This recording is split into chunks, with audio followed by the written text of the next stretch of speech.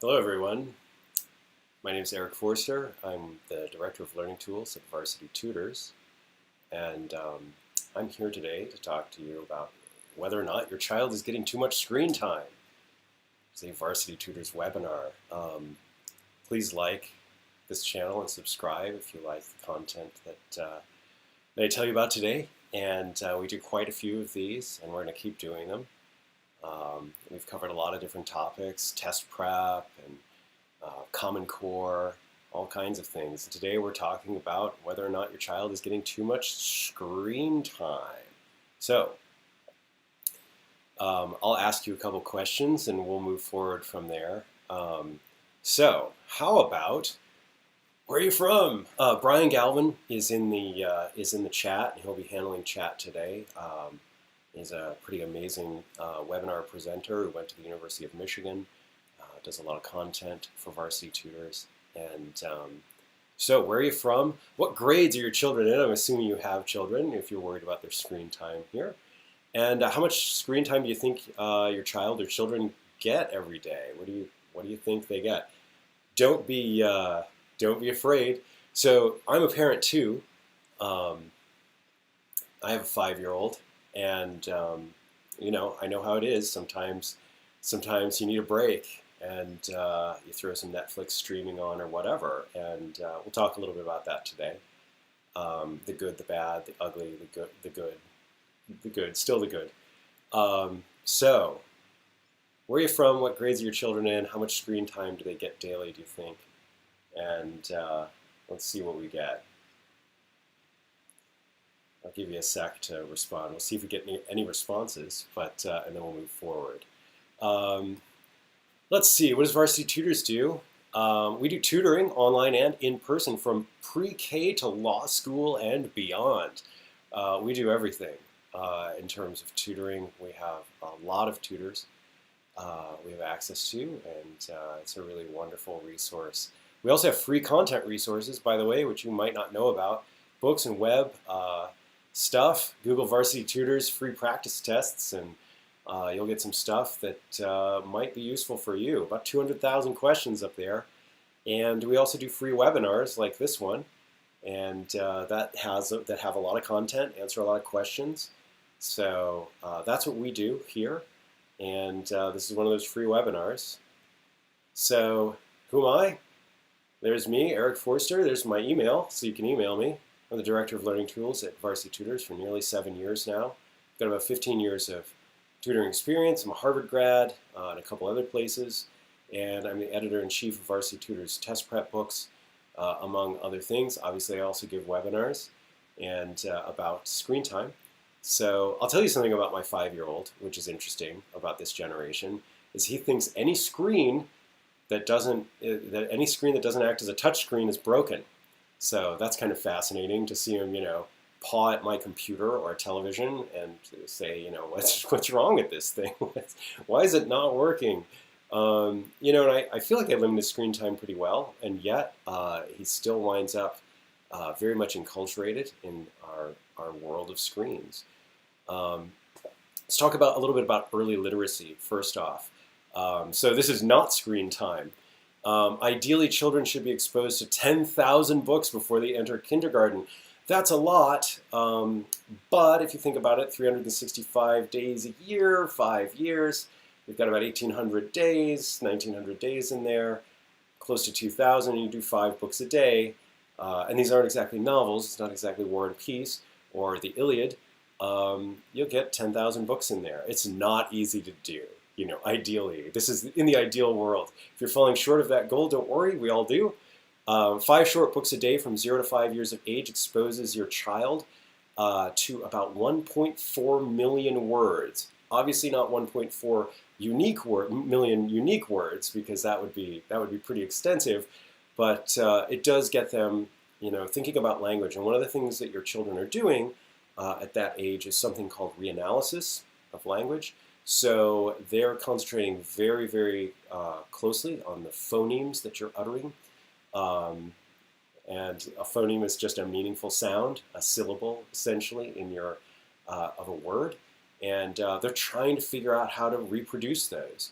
And what's wonderful is they make all kinds of little mistakes, some of which will be corrected and some of which will not.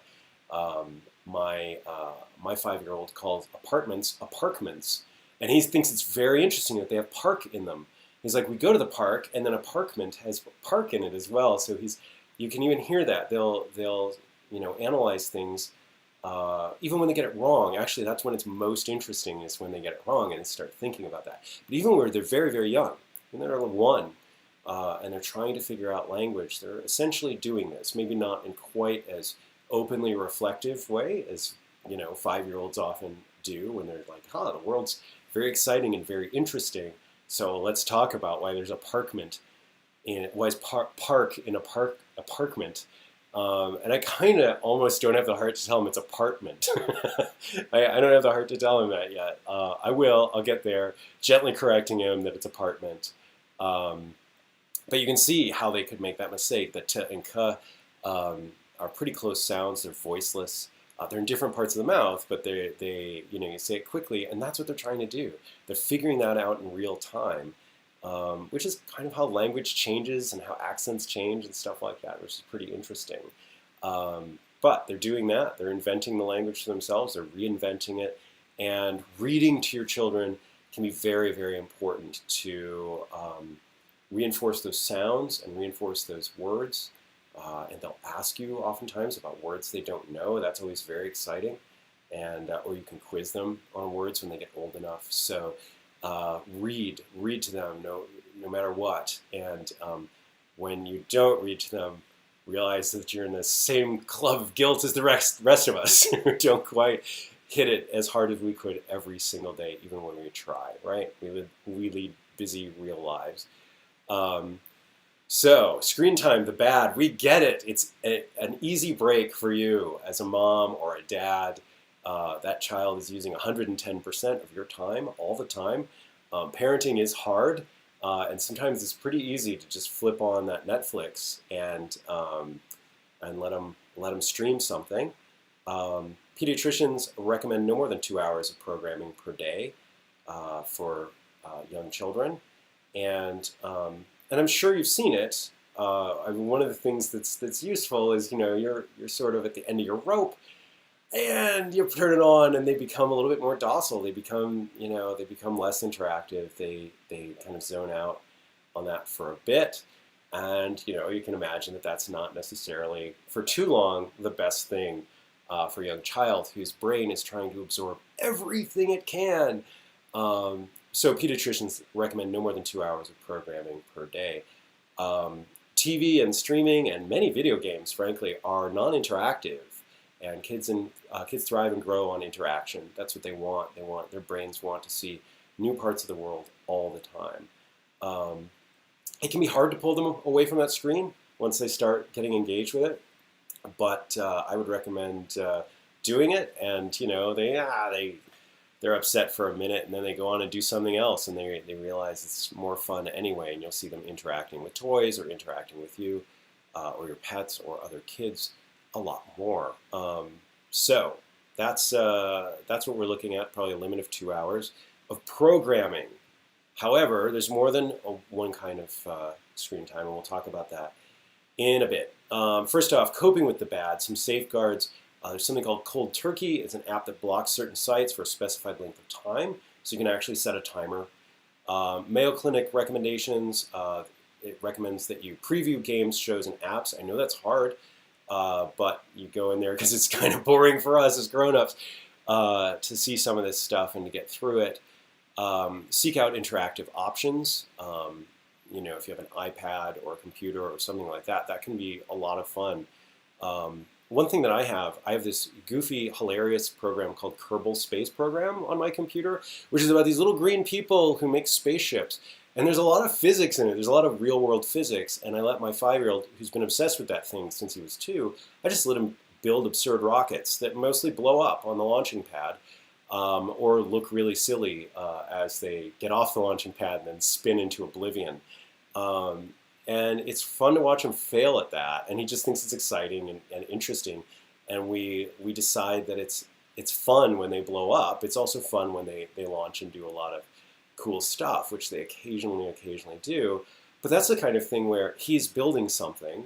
It may be a virtual something, but it is something. And then he's experimenting with it. And it's highly interactive, and he'll try a different one, and he'll try a different one. And none of them are particularly viable. You wouldn't want to sit in any of these rockets. No one would. But they are pretty interactive. So something like that's actually really cool, which is not your standard sort of video game kind of, he's got other ones that we limit, like Lego Star Wars or something like that, where it's mostly just swiping and, it's not super interactive. You're kind of, you're kind of guiding a movie, and it's not quite the same thing. Use parental controls, which is kind of like cold turkey or anything like that. Supervise your children while viewing. You can do that with your ears, by the way. If you're doing something else and they're Netflixing something, and wow, there's a lot of stuff that says it's age appropriate, and it just isn't going to hit your values. It's not what you want them to learn. Go back and watch those cartoons we watched as a kid, as kids, depending how old you are, and they may not feel as appropriate today as they did then, that were just on Saturday morning or whatever. They might have a very different set of values.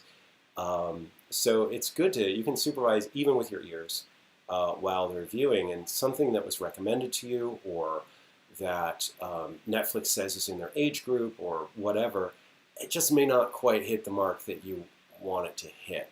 And also, a really great thing is to discuss the program your child is watching with him or her, both during and after. Ask questions about it and make it be interactive. During can be hard.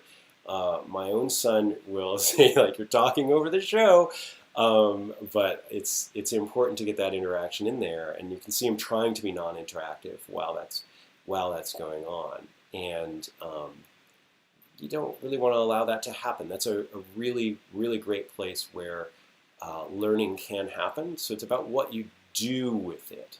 Right? So that's a way of coping with the bad side of screen time. So let's talk about some reading resources that actually are on screens that you can use, and your child, as he or she gets a little bit older, can also use, because screens aren't always bad. When we talk about screen time, we really are talking about a certain kind of screen time, which is passive use screen time, which is just games where they're swiping or that are not particularly interactive, or and that can be hard with games because it's really hard to find the exact challenge level, or again, too much programming that's not interactive. So Kindle effectively has an unlimited number of children's books available. Sorry about the neighbor's dog, if you can hear that. It's gotten excited as the day is winding down here on the West Coast.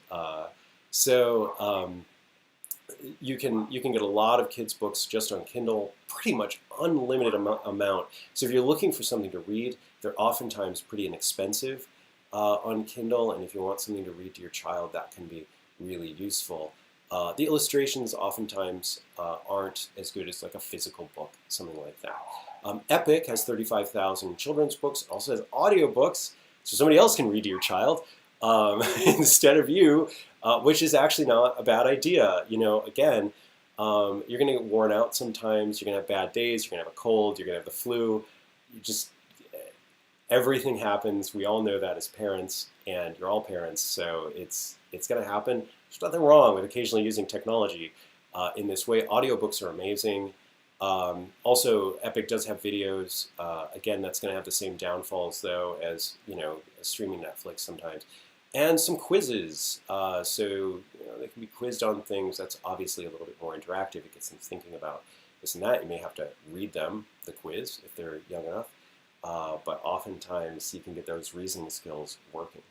All right, let's talk about after early childhood language. So the best time to learn a second language is between 6 and 10 years of age. After age 18, it becomes much more difficult to learn a second language to the level of native fluency. I can attest to that. As an undergraduate, I did 6 languages that were not the one I was born with. Let's see, Latin, Greek, Sanskrit, Japanese, German, and French. And it is really, really a lot harder than when you're younger. And so that is highly recommended to try to get them into some kind of language learning, second language learning. You might think, what are they going to use it for? Or which language should it be? That's, how can I predict the future of, say, international business? Or what's it? Is it, do I teach them Chinese or Spanish or French or what? I would say it doesn't actually matter too much. Too much thought is given to that. It's almost like music training at a young age. We know that music training helps children learn in other disciplines, particularly math or design, arts, that sort of thing.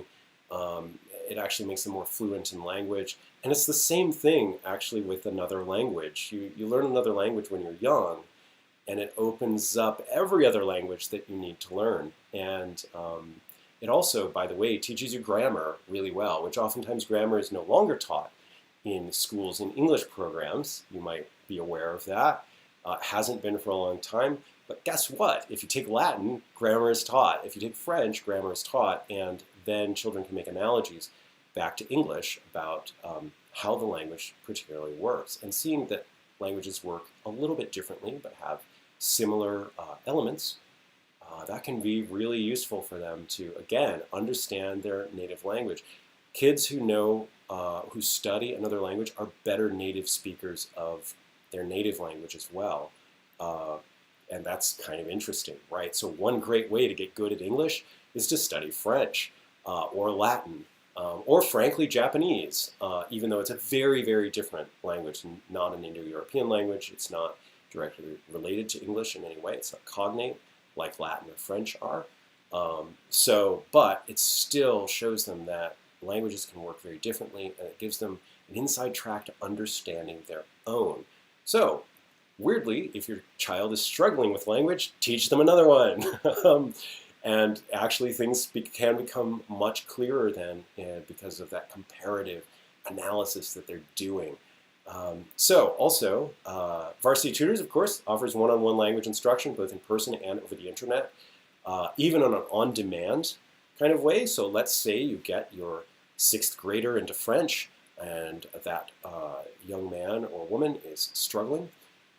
They can literally get instant tutoring from us and talk to a language teacher about the Latin ablative, for example, and what's going on with that, because that's always a sticking point for Latin speakers and students of Latin. So when they first encounter it, they're trying to understand what's going on there.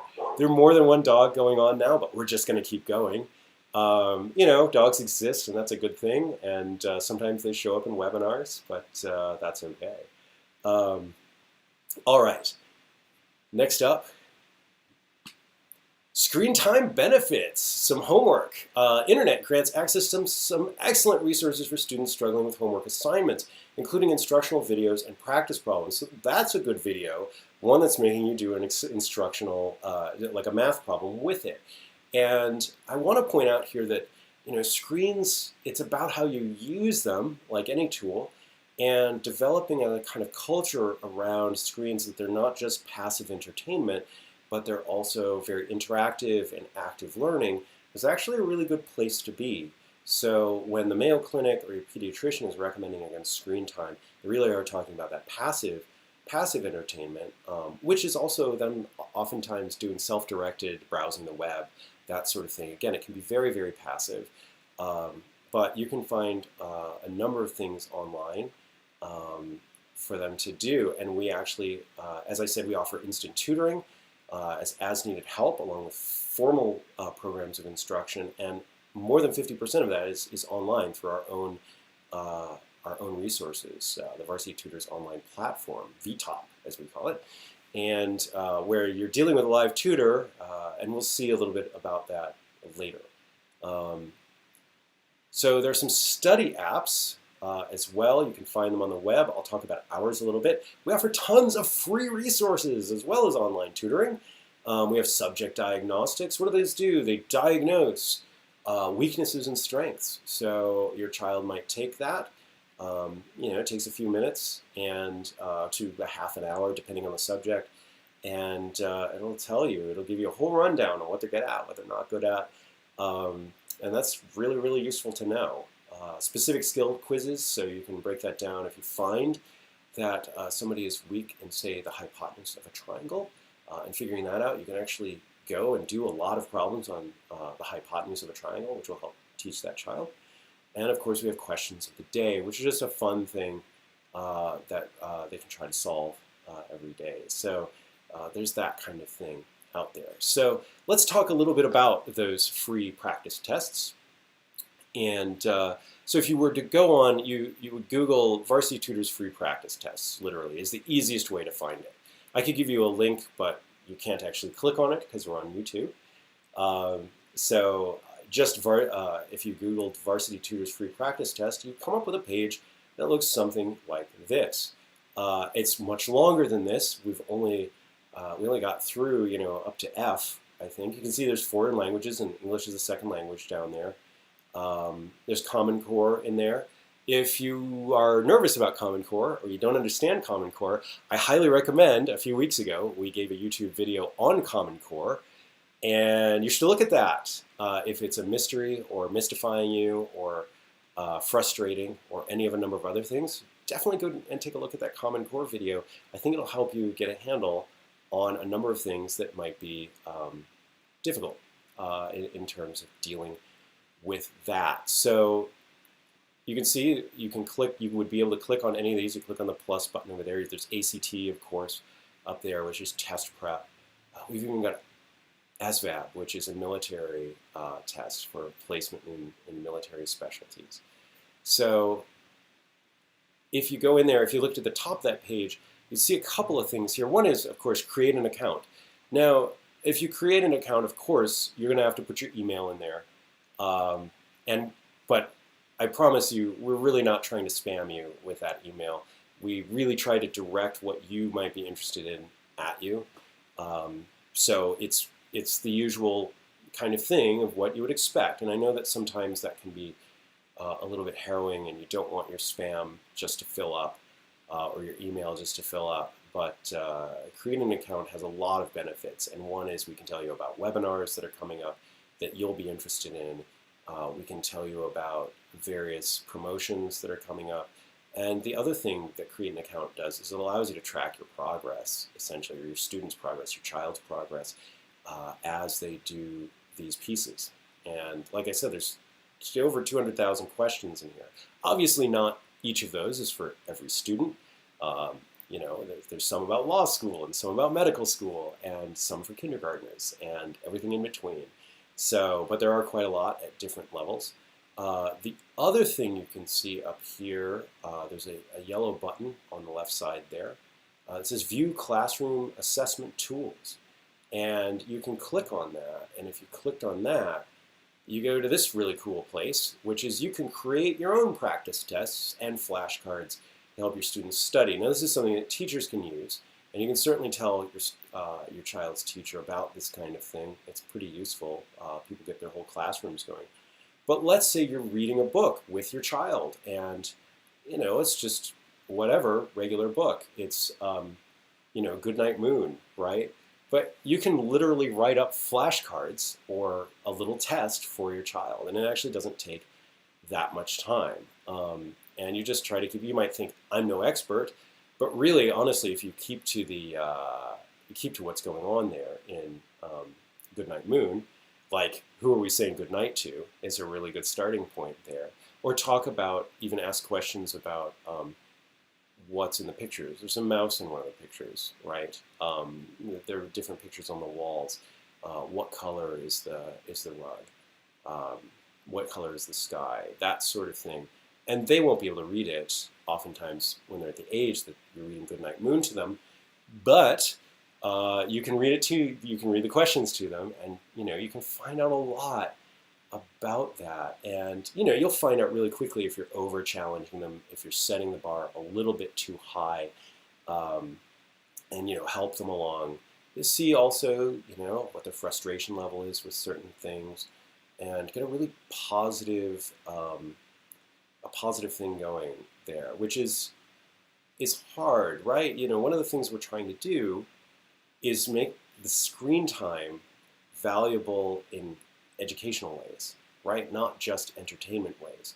And causing them to recognize that the screen is a tool that can be used to learn, and not just to veg out, right? Not just to play a really simple video game that's gratifying kind of in the moment, right? And really passive, or watch just a show again and again and again, or a movie again and again and again. There is, of course, value to that in a limited degree, but we do also want to show them that screens can do a lot of things, and that there are other valid things for them to do. If you just go with one dimension on your screen time, you're teaching your child that that's all the screen is good for. And in a sense, it's robbing that child of a little bit, some of the facets of what they might be able to get. So one thing that's really cool in this, and it works on your phone too, so even at bedtime when you're reading a book and you just have your phone with you, you can do a little quiz with your child, and you can make that quiz yourself. So that's pretty exciting. All right. If you were to click into this, if we went back and we clicked in, say, on Common Core, you'd see a lot of different things there, and this is all free. This was all developed in-house at Varsity Tutors, this Common Core material by a K through 8 expert. And then for 9, 10, 11, and 12, we used another person, or other people actually, who were subject experts in those areas to develop that in-house. And you can see you've got a lot of practice tests. Learn by concept means, if they're having difficulty in 10th grade geometry or something like this, or algebra, you can actually pick out single things for a student to practice. There's flashcards, there's question of the day, so you can do all kinds of things here. And let's look at some of the actual content. This is some first grade reading. I'll read it to you just in case you can't see it particularly well. It's wolves. A wolf is a wild dog. They do not live in houses like a dog does, but they look alike. Body, like a dog, a wolf walks on 4 legs and has a lot of fur. The fur keeps the wolves warm. Some wolves live in cold weather and need a lot of fur. The Arctic is a very cold place, and many wolves live there. A wolf does not eat the same food as a dog. A wolf eats other animals. One animal that a wolf eats is called a deer. A wolf can run very fast, so it is able to catch a deer.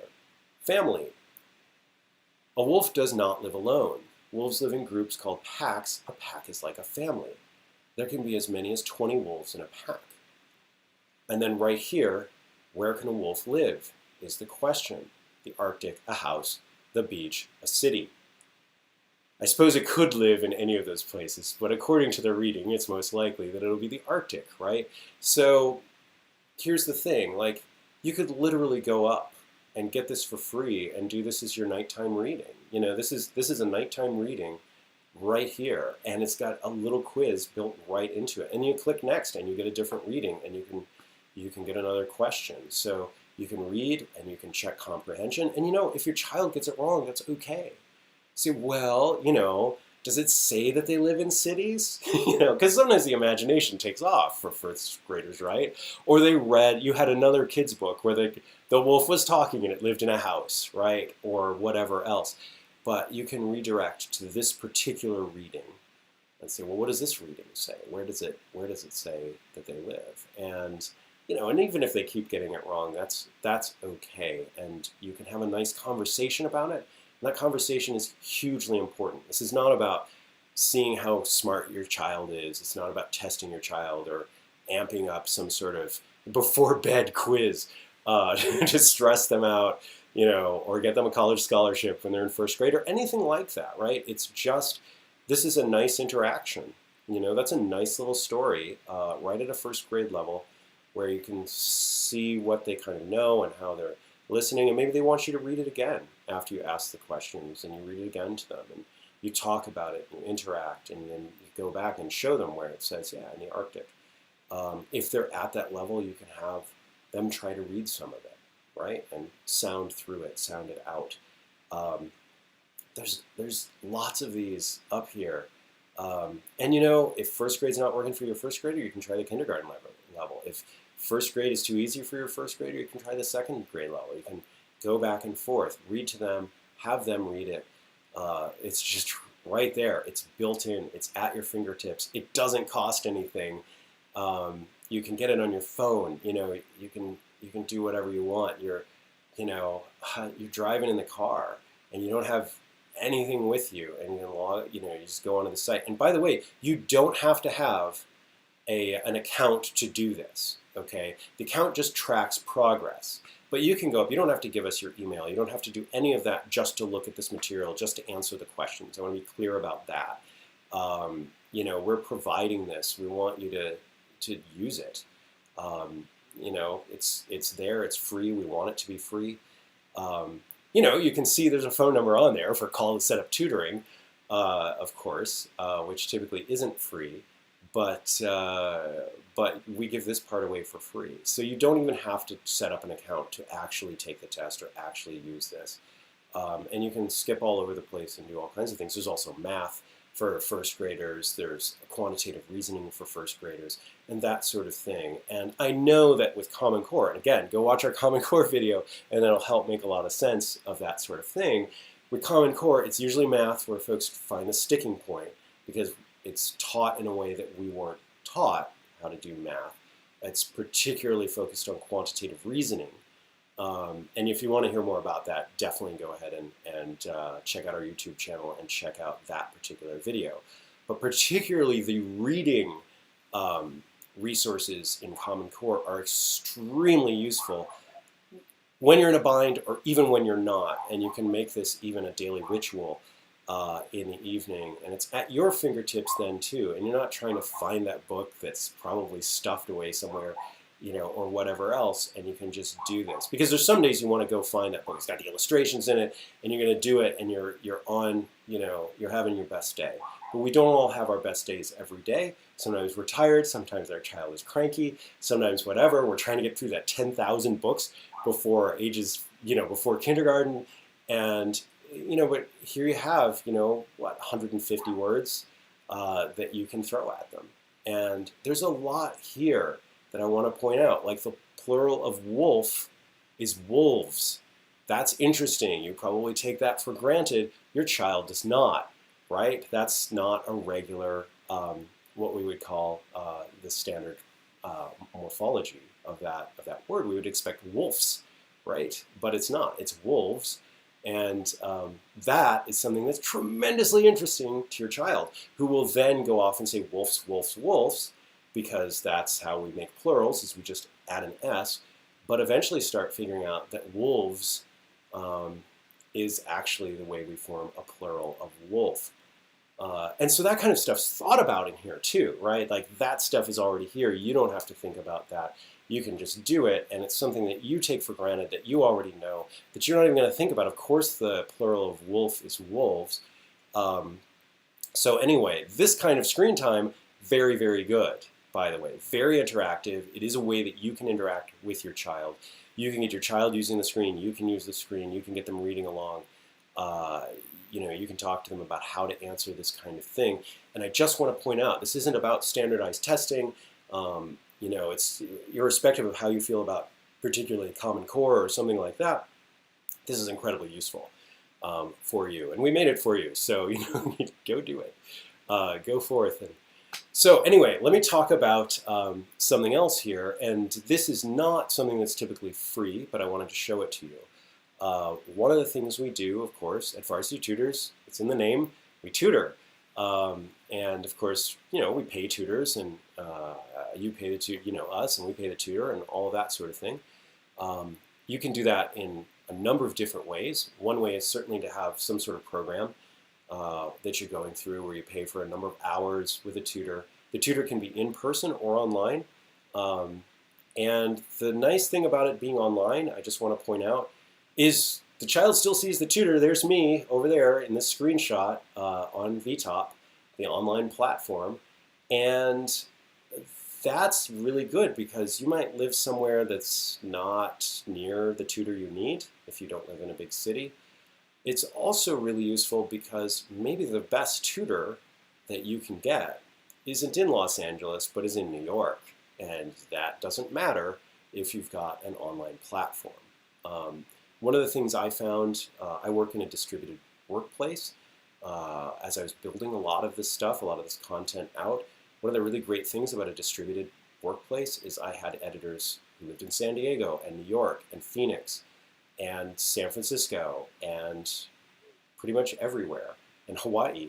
And so I could actually get whatever editor I needed, essentially, to work for me and employ them, in fact, full-time.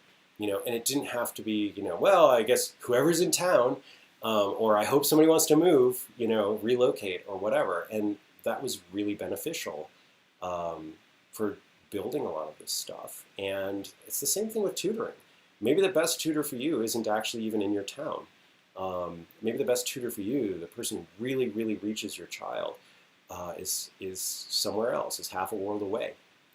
And this VTOP, this online platform, really helps you match you up with exactly the right person, I think. So you can do a program, hours and hours, or it's really great for instant tutoring.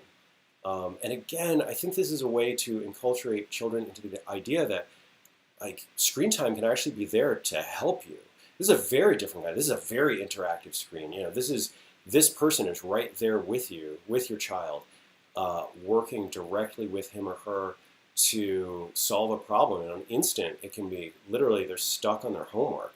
They're stuck on that Common Core math homework, and you learn math a different way, and it's confusing to you. And you can get a Common Core math homework tutor for 15 minutes just to help see it through. And oftentimes, especially if you sit in on that session, you see what's going on, and then you can help your own child. It's a very satisfying experience and a very inexpensive one, just to click on instant tutoring, which can go for short or as long as you need it to, and is a very ad-needed solution. We've got an algorithm that essentially matches you with the right kind of tutor for the topic.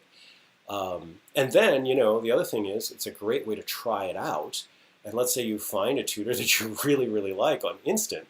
You might then want to schedule sessions with that tutor in a more formal way. But instant tutoring is really the stuff.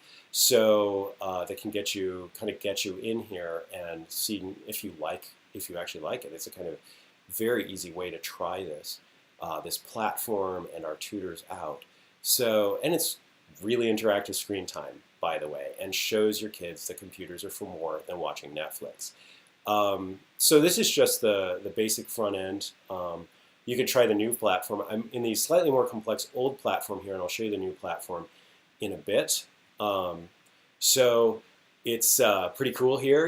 We've got a whole math suite in here. So I just put the Pythagorean theorem in there. And you can do all kinds of very complicated things, but you can see the exponents show up correctly. And you can see you can put sine, cosine, all kinds of things up in there. So it doesn't look like you just typed it on a typewriter. It does actually work in a really interesting and good way. Again, it's very interactive. And one of the things that can happen is the tutor types in there, and then the student types in there, by the way, as well.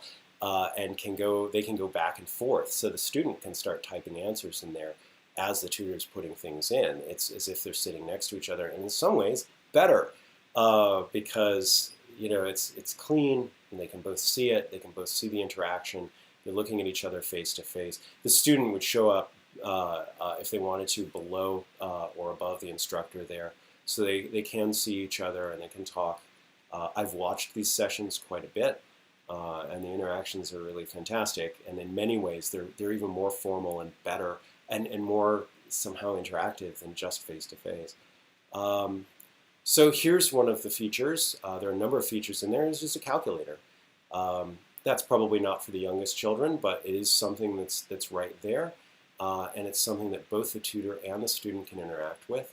That's not something super special. Everything, your phone has a calculator. Everything has a calculator, right? But it's integrated into an educational context here. I think that's very, very important.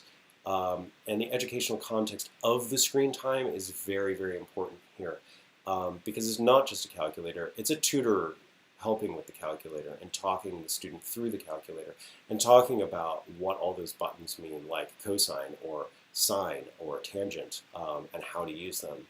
or the square root bits or whatever. It's not just 1 through 9 and the simple section, right?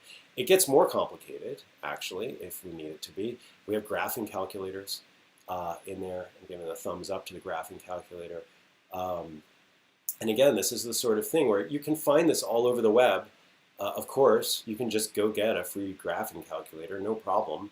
But it's the using it and having the person guiding your student through that in real time is kind of amazing. And having it integrated into this tool that does all of these other things.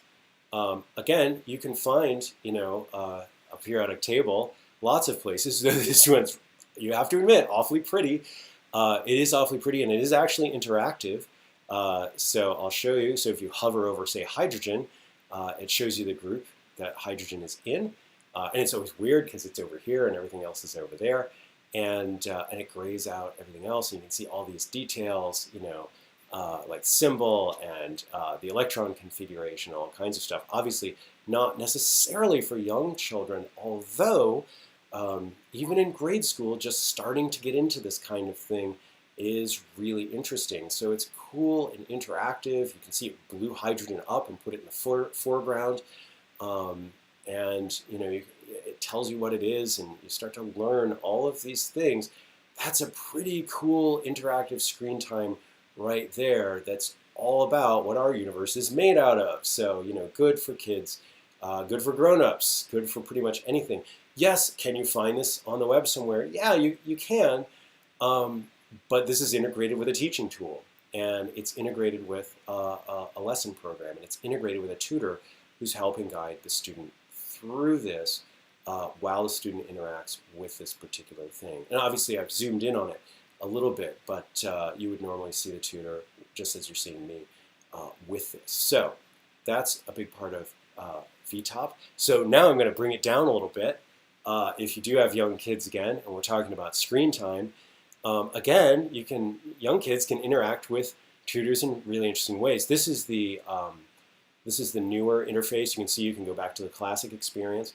One thing I like about the new interface is I think it's really great for young kids because it's a little bit simpler, and there's a lot of really cool things in there. Like the tutor can be asking, "Do you see a red circle?" And yes, I drew that circle freehand, and it's not a circle, I know, but it's kind of a rock or something. And I put a unicorn in there, and I put a person thinking, and I put a yellow star, and I put a green triangle. And, it's not a breakfast cereal. It's actually, something where we can talk to, kindergarten age kids, first graders, stuff like that. Start working on shapes, colors, that sort of thing, even preschoolers. Where is the unicorn? What's it near? What's the star near? Where's the yellow star? Green and red I put here, of course, because we can find out a little bit if the child has a hard time seeing green or red, right? Or identifying green or red, that can tell us something. That's something a tutor can actually find out, even at preschool age, even before you might know about it or whatever else. So it can go all the way out with graphing calculators and periodic tables that are interactive. But look, it's a tool that you can easily see works for young kids. And by the way, the child can also draw those shapes on here. So I drew those shapes freehand. And I kind of intentionally, you can make a really nice circle. There's a tool for that. But I wanted to kind of intentionally just draw it freehand and not that great as I use my mouse pad. Because to show that kids are using this too. So the child can also draw on this. And that's pretty cool. That's a pretty awesome interaction because the tutor can actually ask, can you draw inside the green triangle? Any color you want, and the tutor can show how to do the color, and the child can actually scribble inside the green triangle. And again, it's using a screen in an interactive way, and a way that they're just going to use a pad of paper or anything else. And so very, very useful, very much designed to go against this notion that screen time is necessarily bad. So what we're talking about with bad screen time is overdoing it with essentially passive screen time, non-interactive screen time. The more interactive you can make the screen time with your child, which is you asking questions, you making sure they're getting the values you want them to get out of their screen time when it is passive. Because, honestly, sometimes they need a little break too, but just not too long of one is the important thing. But I would argue that this doesn't count against their screen time unless it's really, really late and it's interfering with their bedtime, that this kind of interaction is in many ways no different from a face-to-face, one-on-one interaction that they would have with a tutor at your house or in a library or with you. And at the same time, in many ways it's better because it shows them that screen time can be useful for learning and is not just about kind of instant gratification, or watching, their favorite show or playing a really simple video game that doesn't actually teach them anything. So this is a very much more interesting kind of use of that, and that's kind of our thesis. So anyway, I hope this was useful in showing you around some of the ways we're using screen time here to make, to make a difference for education with kids, right? Make a difference for them. And you can email us at webinars@varsitytutors.com. You can email me personally if you like, Eric@varsitytutors.com. You can visit our site, varsitytutors.com. Google Varsity Tutors practice tests or free practice tests, and you will get into that space that I was showing you. And all that stuff is free. You don't have to make an account unless you really want to track progress, which can be useful at a certain time, and I promise we will not bug you. Please like this video and subscribe to our channel, which is youtube.com/varsitytutors. And if you have any questions, we'll hang around for a little bit and answer them. But I hope you enjoy, and definitely check out that Common Core video if you have young kids. It will really help you with that Common Core math. So thank you very much. Oh, the full video will be available. This full video will be available on the channel as well. So tell your friends if you think it'll help them, and they can come up and view it anytime, as can you. All right, thank you very much.